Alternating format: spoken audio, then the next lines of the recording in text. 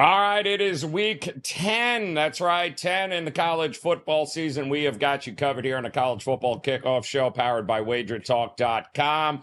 We got 5 big games coming up in this week 10 slate we're going to break down for you, and it'll include, of course, the game everyone's going to be interested in the Big Ten, Ohio State and Penn State. We'll mix in a little SEC, and, of course, we'll do it with the service academies up first. And what better way to kick off than with Air Force and Army and Ralph Michaels in the house, ready to roll. Nothing like getting a little service academy getting over what in the world kind of number is that? I get it. Air Force is down, Ralph, but it's still service academies, isn't it? This feels like an awful lot of points to be given even Air Force at 22 right now. What are you thinking? Yeah, well, what a difference a year makes. Remember last year, let's go back less than 12 months ago. Air Force was 8-0, ranked number 17 in the country, and they were an 18.5-point favorite to an Army team that was 2-6. So what happened? Army pulled the upset as an 18.5-point dog, winning 23-3. Almost the exact same role reversal later. We also have to mention every time we do a service academy, the over-unders going back since 1995, 11 overs, 43 unders, and 1 push. That is 79.6% to the under. But I did break down the Navy Air Force game earlier this year, and I said it felt like a different dynamic because Navy threw the ball so much more, and that game did go over. So the first Service Academy game this season did go over. 34-7 was the final score with a total of 37.5. So it still only went over by 3.5 points. You know, when I look back at the series, Joe, and you were shocked, like I said, last year, the dog was a 17.5-point underdog. They pulled the upset. The dog in this series has now covered 1, 2, 3, 4, 5, 6, 7, 8 straight games, and 10 straight games have gone under the total.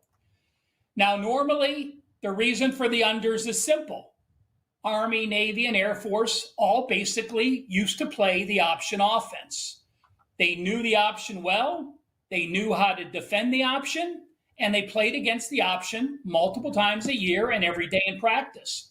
But the offenses did have to change a little bit a few years ago with the cut blocking rules, where we've seen Navy pass the ball a lot more, and even Army. Army has 55 pass attempts. Air Force this year has 90-plus pass attempts as well. So, you know, the problem with the Air Force passing is their leading quarterback, Busha, only 36.7% completions and a 1-5 ratio, where you have the Army quarterback in Daly, 59% completions and a 7-0 ratio.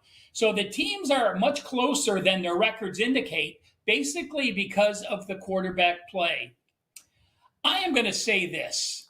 You know, Air Force beat an FCS foe week 1, Merrimack, no big deal. Every other game since, they've only scored 7, 3, 19 against Wyoming, 7. They did score 37 against New Mexico, but that was in a 15-point loss. And then they scored 13 last week against Colorado State. I actually do lean with the under here, and I like under first half a little bit more. Air Force is going to be desperate. I think they're going to try a few trick plays and try to get on the scoreboard. So I agree with you, Joe. I think this is a little too high for a desperate team against a Army team that is now rated and having to play with a little bit pressure, thinking, well, if we win out, we got a shot to get to the playoffs. Even though they're cadets and their mental might be stronger than most players, it still is pressure for the teams. Lean under, and if I had to take a swig at the side, I would go with Air Force. That's a ton of points. So, though, it is kind of funny, Ralph, how Air Force was kind of in that position Army's in, right? Rolling into that game last year, undefeated, I think. They were 7-0. And, boy, they got absolutely smacked as Army was terrible. So, roles reversed, a lot of points. Big total in a service academy game should be very interesting to see if Army, who has played absolutely nobody to this point, can keep it rolling in that one. Don't forget, if you're joining us here for the first time, welcome in to the College Football Kickoff Show. Hit that like button, hit the subscribe button, become part of that Wager Talk TV family. And if you are joining us live, you got a question about any one of these Week 10 games, drop them in the live chat or in the comments on the replay, and we will address them here as we get ready to welcome in Drew Martin. And boy, the largest tailgate, Drew, happening once again, is it not, up in Jacksonville, as Florida taking on Georgia. This is always such an interesting game, one that usually doesn't end well for Gator fans. And it's still, again, a pretty big number here, Drew, taking on Georgia. That was a big game for Georgia against Texas. Do we trust them to win by margin here against Florida coming up?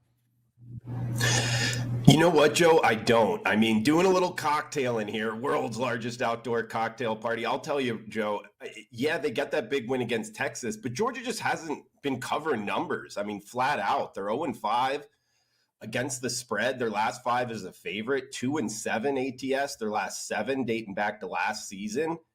And don't look now, but the Florida Gators, they've covered 4 straight by almost 60 against the spread points. So the odds makers have really been underpricing the Gators. We get Billy Napier. He won last time off of a bye by double digits against UCF, whereas off of a bye, Kirby Smart last time, he lost his last one, his last bye week. So yeah, I don't think it's that big of an advantage towards Kirby Smart. Overall, Joe, I actually think plus the points here with the Gators is the way to look in the cocktail party. I don't, and that's a ton of parts. Plus you got, Napier. Man, he's like a bad rash. You just can't get rid of him, man. I mean, they're trying in Florida all they can to get rid of him, and he just won't be going anywhere, Drew. It's a big number. I mean, let's face it, no way around it. Georgia, I'm not running to the window on a neutral site game there to be laying that many points against what should be a pretty good defensive effort by the University of Florida. I agree with you.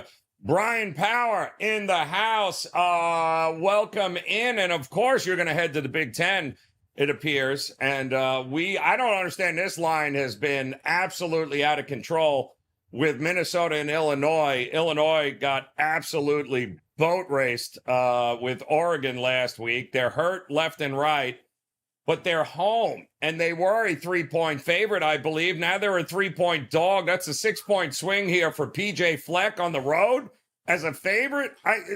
What are we doing, BP? Well, look, I always like to mention when we've got an unranked home favorite against the top 25 team. Well, in this instance, Joe, as you teed it up, we've got an unranked road favorite going on our hands against the top 25 team. Not sure if Ralph has any data on how often that transpires, but it's certainly interesting. And look, this past weekend, you talk about this Illinois team, okay? I was on last call with Kelly, and I said straight up, the Fighting Illini are a fraud.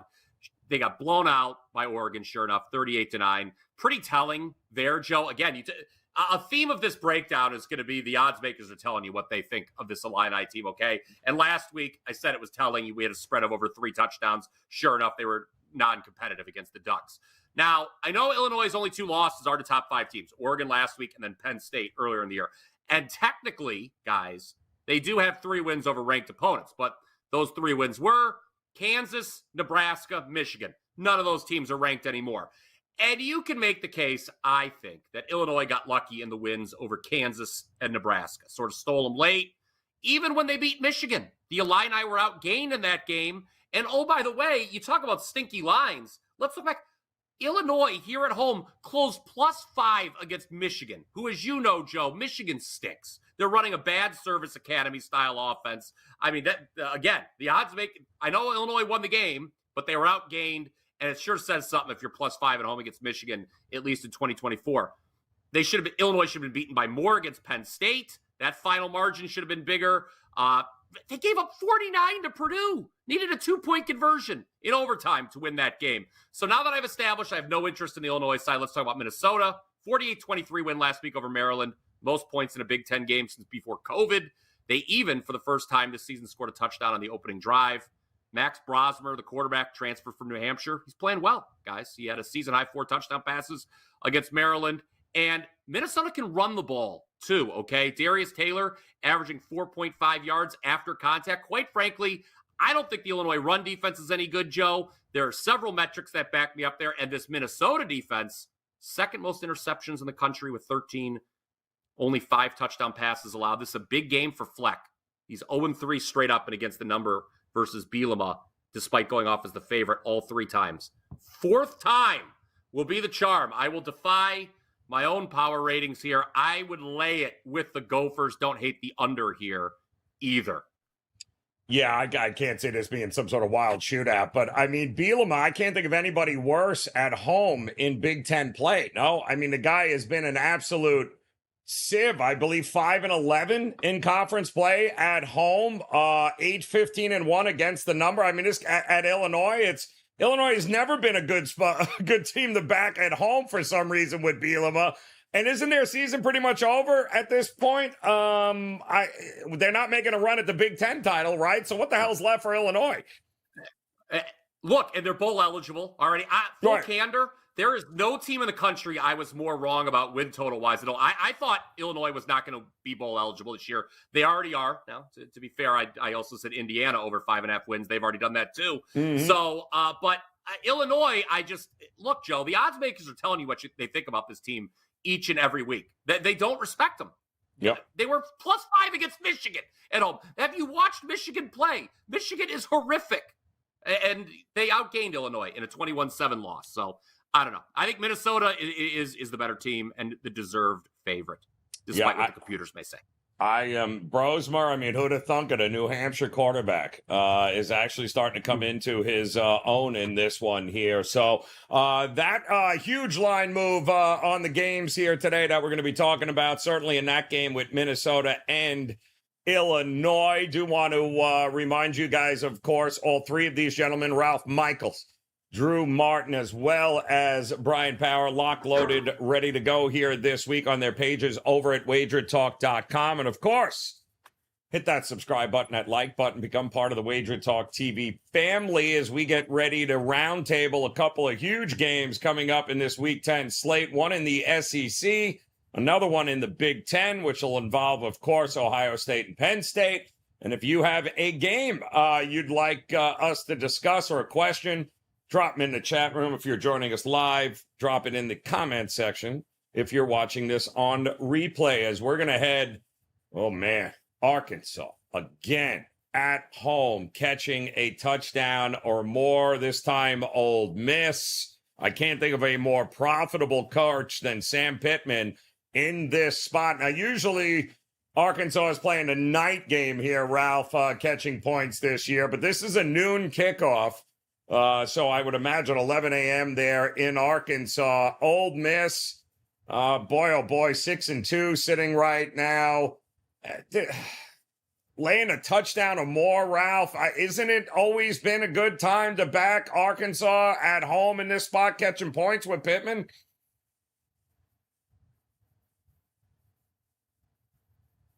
Oh, am I supposed to mime him? Are you muted, Ralph? I could always. There you go. I did. I had the cough. My apologies. And you know, I'm getting old. I can't remember that I turned off the microphone before I coughed, and then I got to turn it back on. But I'll leave a note next time. You know, Arkansas, a different team than we've seen in the past. You know, if you think of the Arkansas Hogs, you think of that rush attack, and going back to who? Peyton.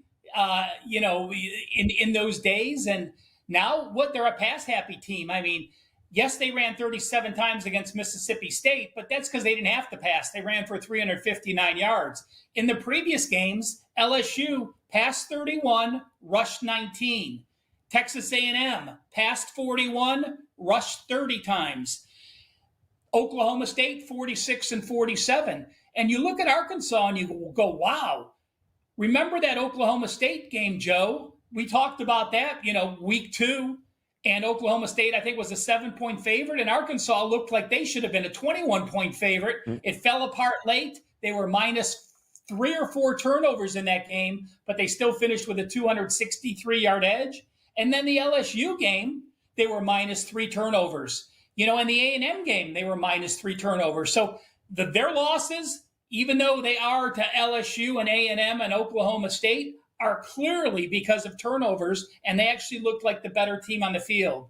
Now, Ole Miss, people say, oh, you look at Ole Miss and they have 2 losses, and this is really an elimination game. So whoever loses this has no shot at the SEC title. Not that either team might get there anyway, but listen to these numbers for Ole Miss.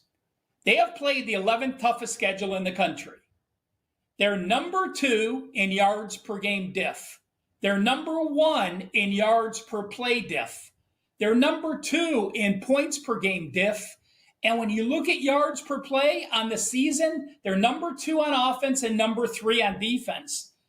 You look at that stat profile, and they should be a bigger favorite. But, again, the red zone, the penalties, they've had a lot of penalty issues, which has killed their drives. So statistically, they've played well, but you look at their last 4 games. Kentucky, they lose 20-17.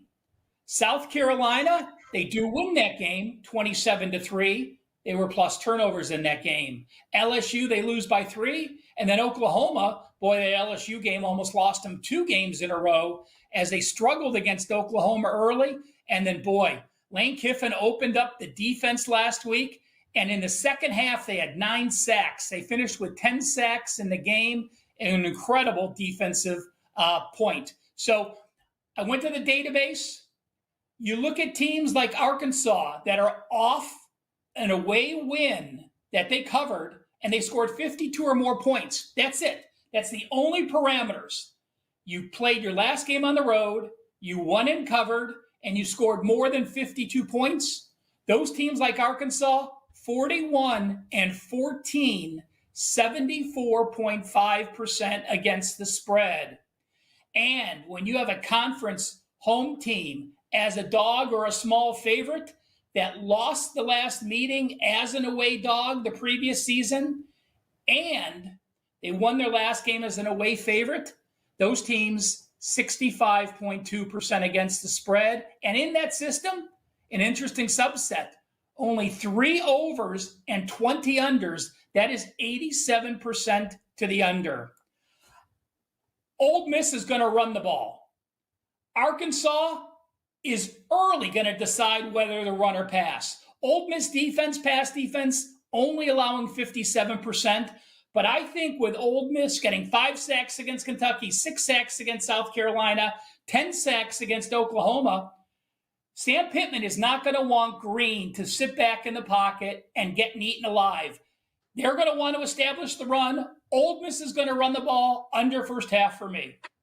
Under in the first half for Ralph. Arkansas, by the way, 10-1 against the number, 4 straight covers against Ole Miss. And Drew, the home team has won the last 5 games in this series. Pittman, 21-9 against the number as an underdog. A touchdown, and it was 8, as high as 8 yesterday, and it's actually starting to come down. What are you thinking of this game here? Yeah, Joe, all great points. I mean, sidewise, I would lean with Arkansas, but I go total, and I agree with a lot of what Ralph said.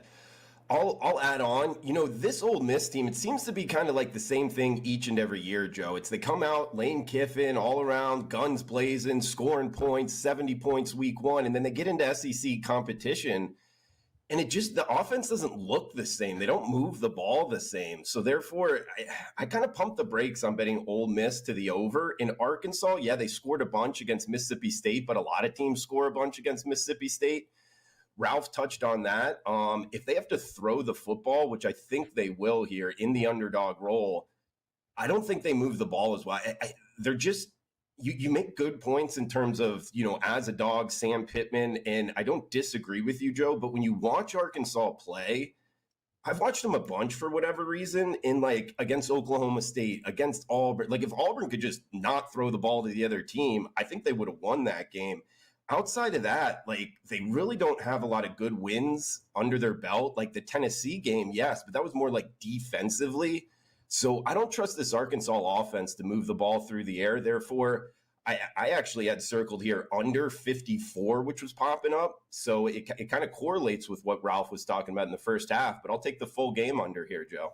Looking at a full game under in this one.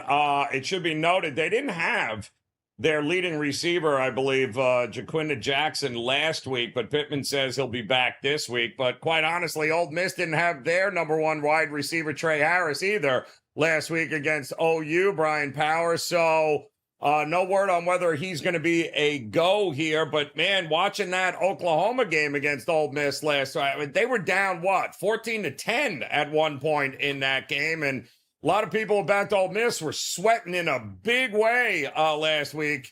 What changes here, if anything, against Arkansas? Yeah, that was not an impressive performance at all against a bad Oklahoma team, or at least bad by Oklahoma standards. This is a tricky spot, too. We should mention Ole Miss has Georgia on deck. That's also going to be in Oxford.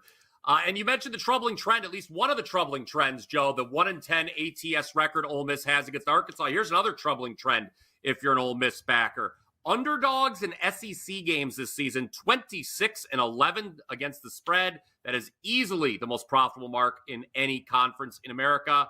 But man, and Ralph touched on this, based on the statistics, you look at just Ole Miss on a sheet of, on a spreadsheet, sheet of paper, whatever. It is tough not to fall in love with his defense. They went into that OU game, number one in the country against the run, number one in the country by a wide margin in tackles for loss, and number one in the country in PBUs. That's passes broken up. I know Arkansas has got that big win over Tennessee. They played A&M tough. They should have beaten Oklahoma State, Joe.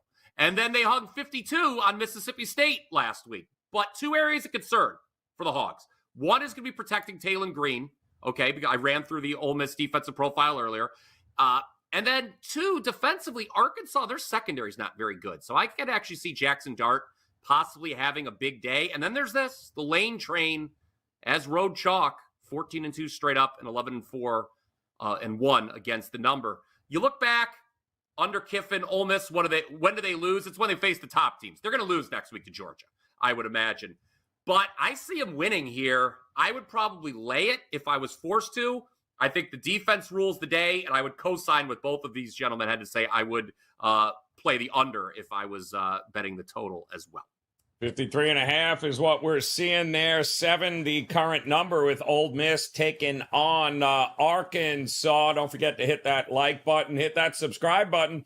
If you're new to us here at WagerTalk TV, we've got one other big game coming up that we are going to break down for you, and none better than Ohio State and Penn State. But a couple of interesting comments in the chat room I wanted to get to. And again, if you have a game and you're joining us here live, drop them in the chat. We'll get to a few of these here as soon as we're done. And of course, you can always drop them in the comment section if you're rewatching us here. And we will be monitoring the chat, of course, straight up until kickoff here on Saturday. We'll get back to you with any questions you may have. We are interested, I guess. Jim writes, how the hell is there no Saturday kickoff after 8 o'clock Eastern time? I believe we're turning the clocks back this week. Are we not, BP? I believe it's daylight, right? So what are we, gaining an hour or something along those lines on Saturday? I always get confused by that. I'll ask my wife. I'm sure it's Saturday, and I'll be at a party. So hopefully that means an hour more of partying when we're watching That's games. Correct. But, yes. Yes. So, but there won't be any late games. No, and which is a problem. There will be nothing to watch after that. So I don't know. I guess none of the teams out west. I mean, Washington's playing USC, but that's a 7:30 Eastern start. I don't know. I did see that, and I don't know if it is daylight savings related or what. Usually they have at least 2 games, but I guess no Pac-12, after dark anymore, right? Nothing, right? Ralph, what the hell's going on? What are you going to do in Vegas now that you got nothing to watch after 5 o'clock, 4 o'clock? I mean, what is going on? Is this happen every year? Are we missing it that right around this time of year we get none of these late games, or is this all because of the readjusting of all the conferences here? Well, Joe, it actually goes back an hour, so the kids have more time in the morning to go to school, so it's lighter earlier. So now it's going to get dark at 4 o'clock at night. So the clocks go back in the fall. Spring ahead, fall back. So that's my timetable lesson for you. But I think really it's this. It's the TV dollars and the Pac-12 breaking up where when the West Coast teams are playing the East Coast teams, they want them on an East Coast time zone. Yep. So, even though the USC is playing Washington, those teams are now playing the Big Ten fans, Big Ten recruits, so they want them on Big Ten time. So I think that's the reason. Hawaii's not home, and a couple of the West Coast teams that don't have the big crowds don't want to play those night games. They get more crowds in the day. You have those family weekends. You have the homecoming weekend. So I think it's just a combination of all of them. Oh, good point, Ralph. No game starting after 8 o'clock on Saturday in this week 10 of the college football slate, but a lot starting at noon, including the game of the week here between a couple of top 5 teams. Ohio State taking on Penn State in this one. Happy Valley will be the spot. And let's face it, I mean, everyone knows Penn State and James Franklin have a difficult time beating Ohio State. It's been a minute since that has happened. However, what in the hell has happened to the Ohio State running game? Has anybody seen it? Been looking on the back of milk cartons for it because they can't run the damn ball, Ralph, which means, you know what? We got to rely on Will Howard and that arm on the road. Eesh. Don't know that I trust all of that, but the number is hovering right around, 3.5 right now.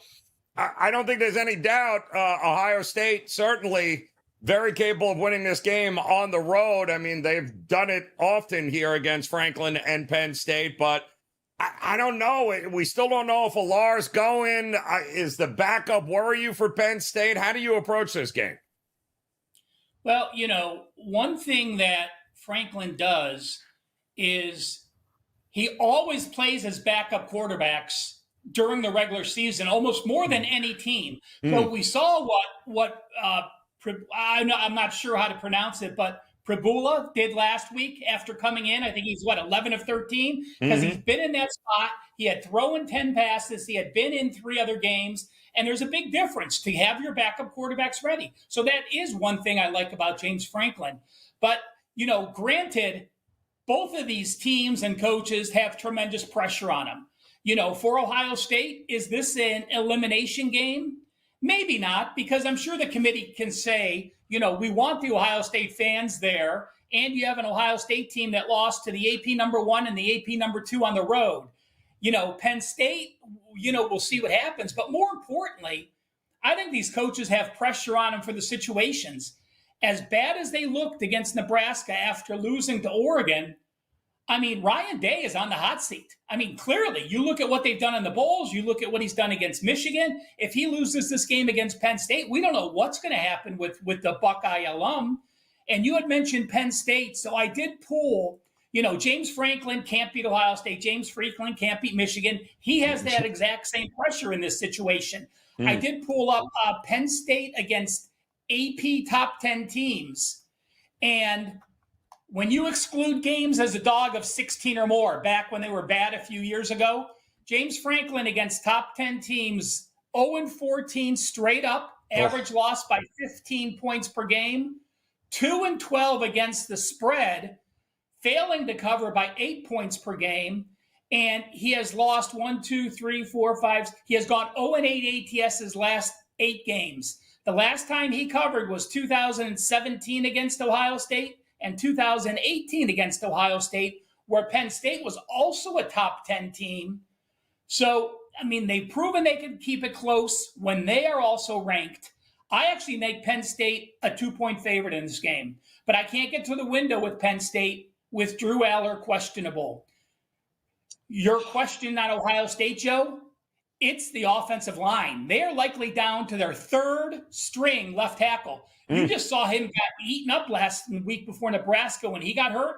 Then they brought over the left guard to tackle and put him in a brand new position. So they are going to have a mismatch O-line, which, as you said, is going to be an issue to have what people thought the best running back room in college football, one of the best college football running back rooms in the history, having those 2 players. And while they're averaging, 188 yards and 5.4 yards per carry, the last 4 weeks, they're only averaging 4.2 yards per carry.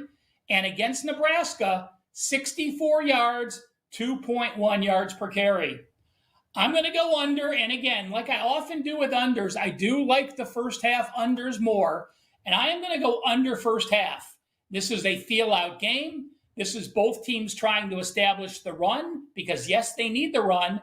You know, Penn State started off the season rushing for 222, 244, 309, and 239. They rushed for 239 against a good Illinois defense, but that rush attack has also gotten gone with a couple O-line changes as well. So 2 O-lines that aren't 100%, 2 prideful teams, a lot to play for with a national championship hopes on deck. Under first half for me in this early Big Ten noon matchup. Yeah, noon kickoff. Happy Valley under in the first half. And Drew, it certainly feels like this is Penn State's best shot to beat Ohio State in a long time. I mean, it's all about matchups. And if Ohio State can't run the ball and has to be one-dimensional against that defense of Penn State at home, I don't care who's playing quarterback for Penn State. They have an opportunity to win this game in front of the home team. The question is, will they do it? Because it's been a hot minute since they've been able to. So what do you think we're going to get here? Yeah, it really has, Joe. Only one win since, what is it, 2012? So this has been a one-sided series. Both teams this season, Joe, kind of similar profiles. Winning games, 6-1 for Ohio State, 7-0 for Penn State. But ATS, they're not really covering numbers, kind of pointing towards maybe being a little bit overpriced, particularly on the Ohio State side. What last week against Nebraska, going off as 25-point favorites, only winning the game by 4 points. And something Ralph touched on is the offensive line injuries. Their left tackle Simmons, great player. He goes out, backup out. Or at least questionable, and it really is starting to show up in their offensive numbers. So it makes me look towards Penn State, but then the question marks, with Penn State and the Nittany Lions quarterback, is he going to play in Allard? And if he doesn't, then that brings in question marks on that side as well. So I like Penn State. There's still 3 and a hook out there, but I need confirmation that he's going to play, Joe. So, man, it's just a tough one. Great way to start off Saturday. If Allard plays, I do like Penn State here, plus the 3 in the hook. I mean, it does feel like it's going to be BP. Which defense can get a stop late? Because I don't know that there's a lot separating these two teams, but I'll say this. I think the game means way more to Ohio State than it does Penn State. Penn State at least has a little bit of room for error, but you can't be Ohio State, lose to Oregon, and then lose to Penn State. I mean, 2, top 10 teams, obviously, but my goodness, Ohio State, what are we doing here? It feels more important to Ohio State than it does to Penn State, but I'm not sure Ohio State has the horses this year to beat them in Happy Valley. What about you? Yeah, look, I don't think a 1-point loss at Oregon is the end of the world. Obviously, Oregon, the number 1 ranked team in the country. Now a second loss would be terrible for Ohio State. They still really have not beaten anyone of note. Off a bye, they sleepwalked their way to the win over Nebraska last week. So I guess, look, to echo what all these guys said, we're going to find out whether or not the Buckeyes are a legit national title contender this week. The thing is, my power ratings, I still have them right near the top. I thought they deserved to be favorites at Oregon. I think they deserve to be favorites here. Let's not forget, you look at the Penn State side, guys. They struggled against Bowling Green. They were down double digits to USC. They trailed Wisconsin at the half last week. We have not seen James Franklin yet with that shameless attempt to run up the score, really going back to the Kent State game. Why? Because they haven't been in position to run up the score, Penn State. So you mentioned the numbers against Ohio State, Joe. 7 straight losses, 3 of those here in Happy Valley. 6 straight losses straight up in the home dog role for Penn State as well. I don't really care if Allard is a go or not for Penn State. I don't understand why scouts think he's going to be a good pro. I watch him. He just misses. There was Ohio State against Ohio State last year. He stunk. He stunk against Michigan last year. Give me the luck, guys. I'll lay the points here. I think they win. Laying the points here with Ohio State. There you go. We got first half under. We got lean towards Penn State. We got Ohio State. How's that for absolute confusion for Penn State and Ohio State? Should be a fun one, though, and see how it probably comes down to the defense making a pick 6 or something late in this game. Looking forward to that one. Also got a couple of games here in the chat room that we'll go over. And again, if you're joining us live and you got a question about a game, drop it in the chat room or in the comment section on the rewatch, and we'll go ahead and answer those questions for you. And the ACC seems to be getting some interesting games coming up this week. One of them is going to be Louisville and Clemson. Some questions in there. And Ralph, I'll go to you. Clemson just seems to be, after that loss to Georgia, boy, I don't know, it's switch, flip, offense, they don't care. Like, my goodness. They have been a wrecking ball ever since. Now, they don't get Miami this year, but Louisville, I gave Miami a good run, but Miami, when you drop in, 40, 50 points a game, which I think Clemson is very capable of doing, how much faith do you have in Louisville's defense to be able to slow Clemson down? Yeah, I don't. And, I talked to Bryan Leonard back a couple weeks ago, and his wife's a huge Clemson fan. And I said, I really kicked myself because Dabo's one of those coaches that doesn't lie. After the Georgia game, he said, listen, guys, we are a talented team. We played a crappy game. We will just show you how good we are for the next few weeks. And what did they do? They went in that run, and I did not back them one time. So, there's coaches that blow smoke up your ass, and there's some coaches that are legit. He is legit, and I didn't listen to him. But, I look at the stats, and I do a stat profile each week with the yards per game diff and yards per play diff. Clemson's actually played the tougher schedule year to date. And basically, yards per play diff, which is my number one go-to stat, they're almost identical. 1.52 yards per play for Louisville, 1.67 yards per play. But look when we get into ACC play. Louisville has played a significantly tougher ACC schedule, but they're now down to 74 at minus 18 yards per game and 49 at plus 0.41 yards per play, where Clemson, yards per play diff, points per play diff, and yards per game diff in conference play in the country, they're number 3, 7, and 7. Clemson has also picked up the pace. In ACC action, they are actually number 24. That is conference action, but number 24 in the country, running 72.4 plays per game. And explosive plays, 20 yards or more, Clemson is number 3 with 33 conference plays of 20 yards or more. Louisville's defense is number 116 in the country. I like Clemson. I like Clemson team total over. Haven't really finalized my decision on the game, but that's the route I would go for the follower that asked. Yeah, I don't hate that at all. Another ACC question, Drew, of course, involving the U, who's got to take on Manny Diaz returning, right? To take on Duke now as the head coach. I remember this game a couple of years ago. I think Duke actually came in and won outright. They were a 9-point dog, and they absolutely trounced them. It was 45-21, and boy, we were all looking at Mario Cristobal like, you got to be kidding me. Duke almost pulled the upset against SMU last week. Miami did end up winning against Florida State, but they got to win by 3 touchdowns again, Drew. What are we doing here? You know what, Joe?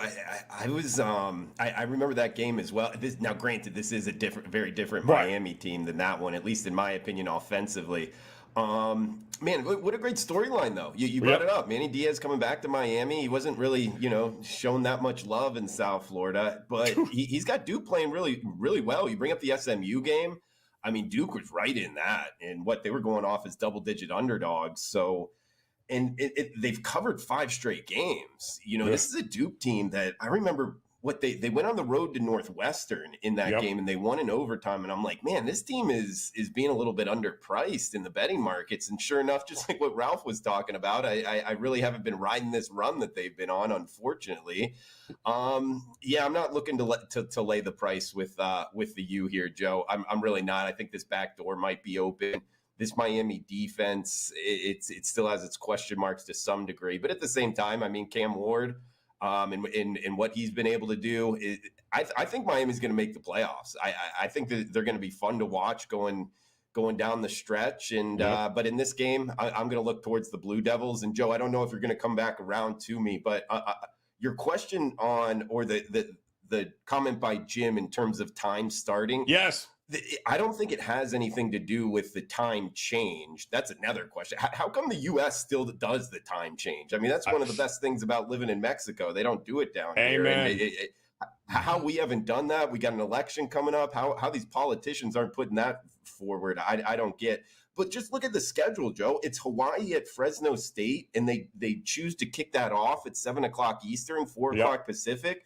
Why wouldn't you take advantage of the 10 o'clock at night on the East Coast, particularly with Hawaii? And then you got Colorado State, Nevada. You're kicking that off at 5 o'clock Pacific, and you're going up against these big-time games, USC, Washington, Clemson, Louis. It just doesn't make sense. I mean, to go get a solo, if I was the AD or, that last game, Nevada, Colorado State, that's on CBS Sports Network.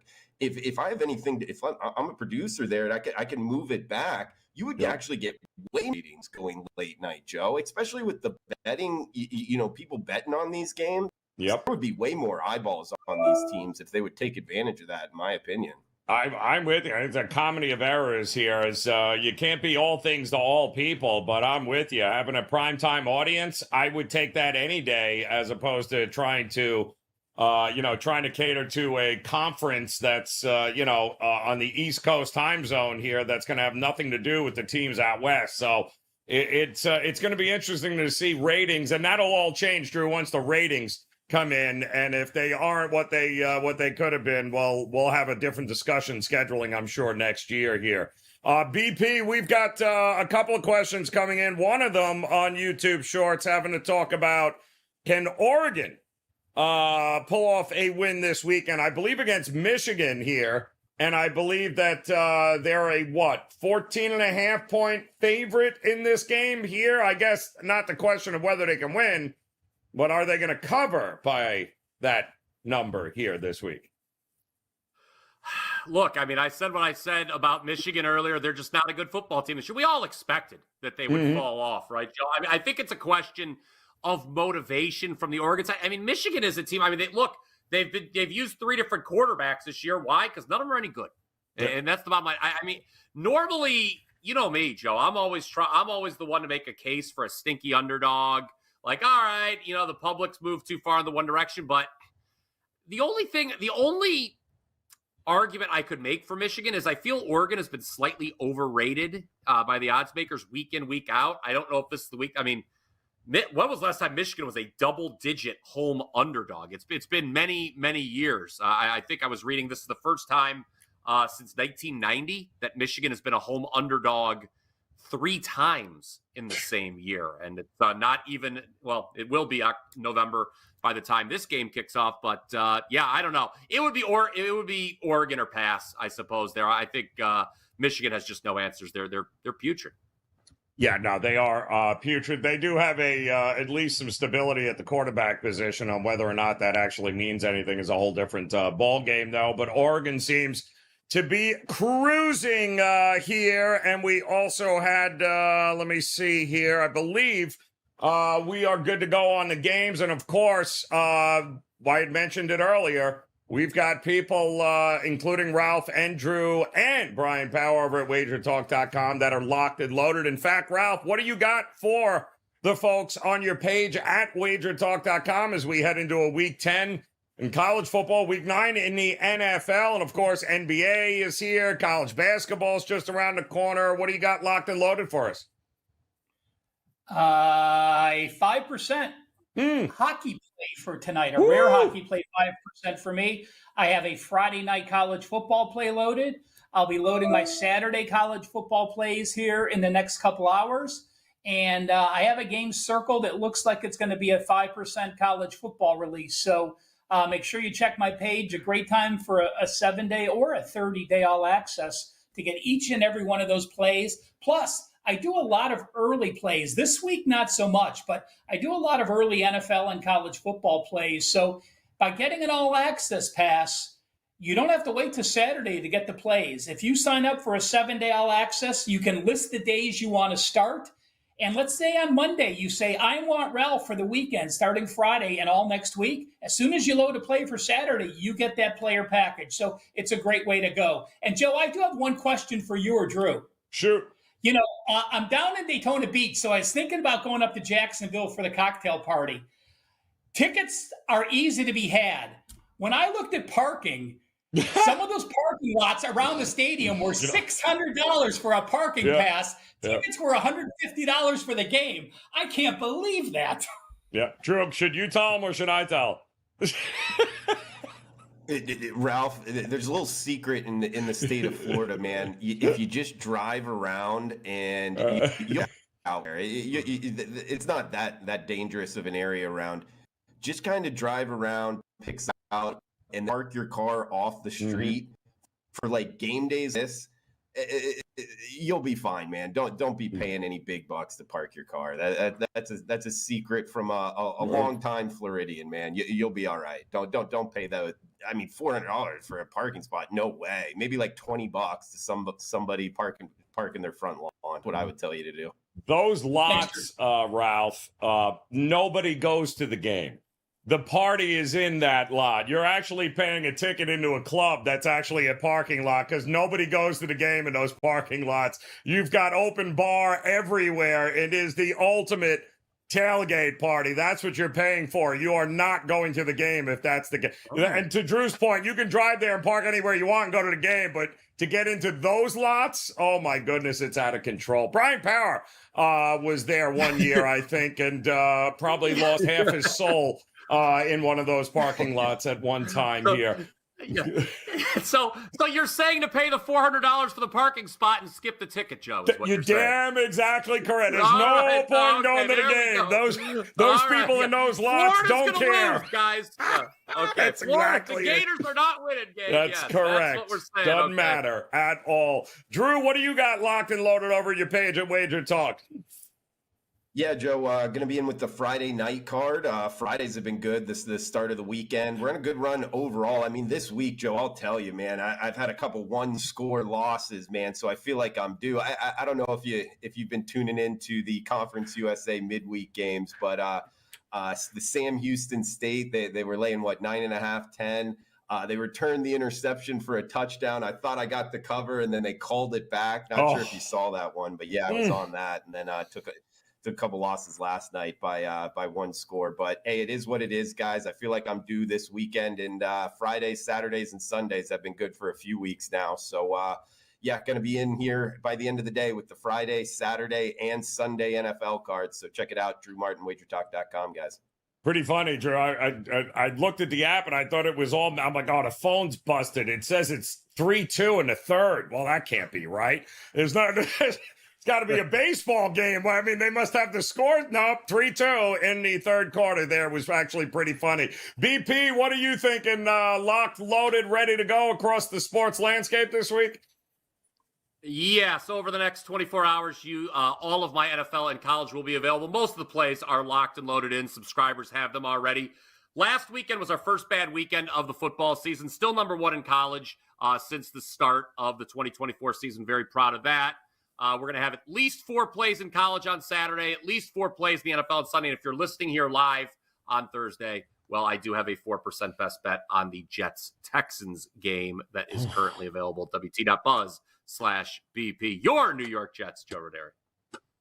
God, I want to throw up even thinking about having to watch this game again here tonight. Thank God I don't have to watch the Yankees throw up all over themselves anymore. That's a good thing. But hey, don't forget, hit that like button. Oh, please. Hit that like button, hit that subscribe button. We'll be back again tomorrow. Another 5 games plus your questions here in college football week 10 on behalf of Ralph, Drew, and Bryan Power. We appreciate the time, guys. Best of luck with the plays in this week 10 of the college football season. We'll see you again tomorrow. Good luck.